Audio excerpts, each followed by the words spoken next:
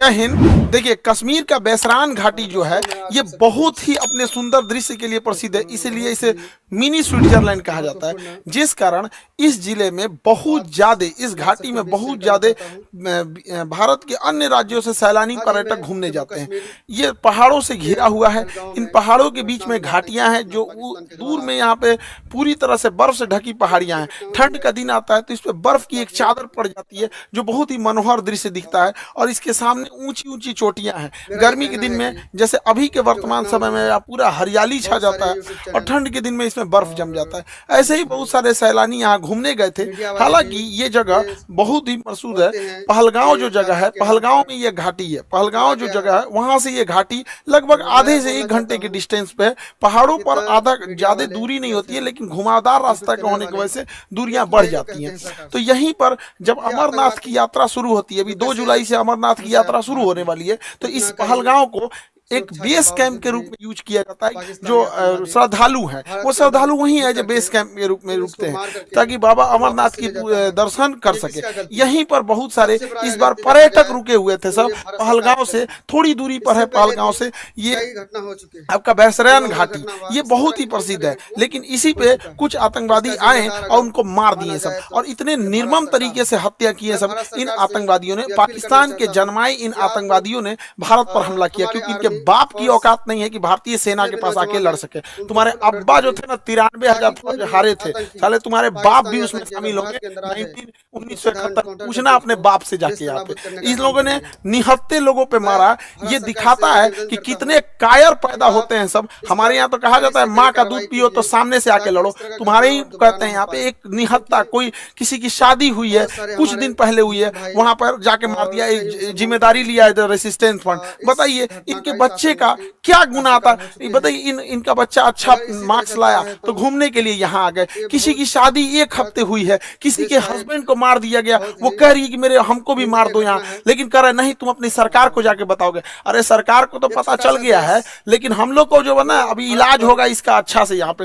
बताइए इस महिला के साथ इसके बच्चे को मार दिया गया। जब इंडियन आर्मी पहुंची तो फौज के ड्रेस में आतंकवादी थे सब। ये महिला समझ नहीं पाई, फौज को देख के रोने लगी। इनको लगा कि ये भी कहीं आतंकवादी तो नहीं है, तो उन लोगों ने बताया कि हम इंडियन आर्मी से आपकी मदद करने के लिए आए हैं। अरे कायर हो, एक तो तुम निहत्ते पे हमला करते हो, उसके बाद से तुम इंडियन आर्मी का ड्रेस पहन लेते हो। यही ना तुम लोग की कायरपन है। खैर पड़ोसी की औलाद हो लोग साले, तुम लोग की तो इतनी औकात नहीं जो इंडियन आर्मी से लड़ सको। लड़े तो थे एक बार, यही हुआ था। हालांकि हम लोगों ने अभी ऑपरेशन टिक्का प्रारंभ किया है, रेस्क्यू ऑपरेशन चल रहा है, कुछ आतंकवादी मार दिए भी गए हैं, अभी आगे भी कार्रवाई चल रही है। लेकिन इससे क्या होने वाला? अभी मोदी जी सऊदी अरब के दौरे पे थे, तब तक ये घटना हुई तो सऊदी अरब के दौरे को बीच में ही कैंसिल करके आए, और एक सर्वदलीय मीटिंग भी बुला रहे हैं जिसपे कि पूरी तरह से निर्णय लिया जाएगा कि इसका क्या फाइनल इलाज किया जाएगा। लेकिन इस चीज को समझिए कि इसके पीछे हाथ किसका किसका हो सकता है। पाकिस्तानी ये कायर है, ये पाकिस्तान वालों पहले सुनो, ये तुम्हारा सेनापति ये सबसे बड़ा चोर आदमी है। लंदन में इसकी बहुत बड़ी प्रॉपर्टी है। अमेरिका में अपने बच्चों के लिए फार्म हाउस खरीद के रखा, पता करा लेना तुम लोग। यहाँ पर 1 से 1 करोड़पति। ये ISI में था, पाकिस्तानी आतंकवादी संगठन, जो सरकारी आतंकवादी संगठन है उसका नाम ISI है, वहां पे उसका ये हेड रहा है। तो ये सेना में बहुत घपला किया है, और सेना का मनोबल डाउन हो गया है इसके वजह से। तो ये सोच रहा है एक तो एस्केलेट हो जाए, एक लड़ाई एस्केलेट हो जाए। इसलिए इसने रावलपिंडी में एक भाषण दिया था कि हम बताएंगे कि क्यों पाकिस्तान अलग हुआ था। अरे पाकिस्तान इसलिए अलग हुआ था कि एक साफ सुथरा इंसान सुअर के साथ नहीं रह सकता है। तुम्हारा जो सरगना था जिन्ना, उसने अलग कर दिया भारत से, सुअरों को अलग करके वहां अलग कर दिया। तो ये पूरी के पूरे वहां पे। और जो पाकिस्तान यहाँ से गए थे लोग ना, ये सोच के कि पाकिस्तान एक बहुत खूबसूरत देश बनेगा। देख लो तुम्हारे देश में क्या हाल हो चुका है। यहाँ पर दुनिया थूकती है साला। अगर एयरपोर्ट पे पता चल जाए कि पाकिस्तानी है तो बगल का आदमी उठ के चला जाता है। अगर जहाज में पता चल जाए कि मेरे बगल में पाकिस्तानी बैठा है, उसका पूरा रास्ता पर टेंशन में रहेगा कि पूरी तरह से सलामत जा पाएगा कि रास्ते में फटेगा यहाँ पर।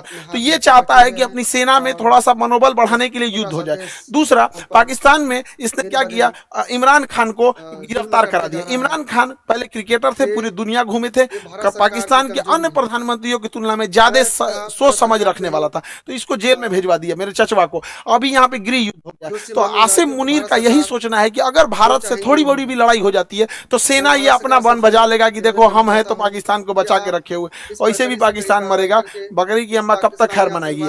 दूसरा एक और चीज है क्या कि इंडिया चाइना और अमेरिका के बीच में जो ट्रेड वार हुआ है तो चाइना के ऊपर 245% लगा दिया गया है टेरिफ, जिस वजह से बहुत सारे व्यापारी अब इंडिया की ओर मूव करेंगे। तो चाइना की भी चाल है, वो पाकिस्तान के थ्रू भारत में हमला करा रहा है ताकि बड़े व्यापारी इंडिया में इस मौके को ना पा सके, क्योंकि जो बहुत बड़े व्यापारी होते हैं ना, जो करोड़ों करोड़ में डील करते हैं, 200 करोड़ 400 करोड़, तो वो देखते हैं किस देश में शांति है। इसलिए देखिएगा सिंगापुर देखिए, दुबई देखिए, कोरिया देखिए, जापान देखिए, यहाँ हमेशा शांति रहता है, तो वैसे ही देखते हैं। तो चाइना को लगता है कि इसका फायदा कहीं इंडिया ना उठा ले, इसलिए जानबूझ के चाइना पाकिस्तान को उकसा रहा है। और देखिए जब कोई इंसान भिखमंगा हो जाता है, पूरी तरह कंगाल हो जाता है, अपनी इज्जत खत्म हो जाती है, तो दूसरे को डुबाने में लग जाता है। यही काम पाकिस्तान कर रहा है। ये आतंकवादी आए और वहां पर्यटकों के ऊपर गोली चलाने लगे। आतंकवादियों के मंसूबे को समझिए, गोली मारे हैं उनकी मंसूबा को समझिए। गोली मारने के बाद महिला को कहती है कि हमें भी मार दो, तो कहता है कि नहीं, तुम्हें नहीं मारेंगे, तुम जाके अपनी सरकार को बताना। मतलब इन्हें पता है कि ये सरकार को बात बता जाएगा। दूसरी बात, जाति धर्म पूछा गया, हिंदू हो कि नहीं, कलमा पढ़ो। और उसके बाद कोई लोग कह रहे हैं कि आतंकवादी का धर्म नहीं होता है। कलमा कौन धर्म का आदमी पढ़ाता है जी? हाँ, इतनों में आंख नहीं खुल रहा है। यहाँ पे एकदम शर्म लिहाज घोल के पी गए हैं, किसी के सामने निहत्थे को मार दिए हैं।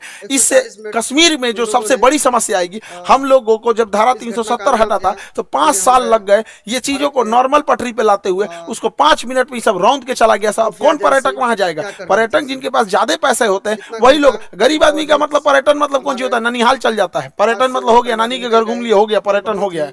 लेकिन ये लोग जो जा रहे थे भारत के अन्य हिस्सों से, अभी उन पे क्या बीतेगी? पूरा मनोबल तोड़ के रख दिया। ये सब अपने मंसूबे में कामयाब हो रहे हैं। इससे क्या होगा बताइए? पहलगांव में ना कोई फैक्ट्री है, ना कोई इंडस्ट्रीज है, कुछ है ही नहीं है। पर्यटन से ही इनकम होता है, तो इन लोग की इनकम डूबेगी। जब इनकम डूबेगी गरीबी आएगी, अनएम्प्लॉयमेंट बढ़ेगा। और यही पाकिस्तान चाहता है कि कश्मीर में भयानक गरीबी आए, क्योंकि जब गरीबी आ जाती है, इंसान के पास एकदम गरीबी आ जाएगी, तो फिर इंसान देखता है कि हमारा पेट कैसे भरेगा। अब यही पाकिस्तानी उन्हें हथियार थमाते हैं सब। तो एक और वो दिखाते हैं सर, देखो कश्मीरी तुम्हारे साथ है। आज कश्मीर वाले देखो तुम्हारे साथ कौन खड़ा है। अपने आप से पूछ के देखो ना कश्मीर वालों कि अगर पाकिस्तान हमारे कश्मीर के पीछे नहीं पड़ा रहता तो आज जिस तरह गोवा डेवलप है, आज जिस तरह सिंगापुर डेवलप है, ठीक उसी तरह से जम्मू कश्मीर भी डेवलप रहता। तो जम्मू कश्मीर के लोगों तुम्हारे लिए सबसे ज्यादा खतरनाक है तो ये पाकिस्तानी है। और बिना लोकल के सपोर्ट के, बिना लोकल के चढ़ावे पे इतना बड़ा तो कोई हमला नहीं कर सकता है। तो खुफिया एजेंसी को भी इन लोकलों को भी खोजना पड़ेगा वहां पे कौन कौन साथ दिया, क्योंकि वहीं कोई ना कोई होगा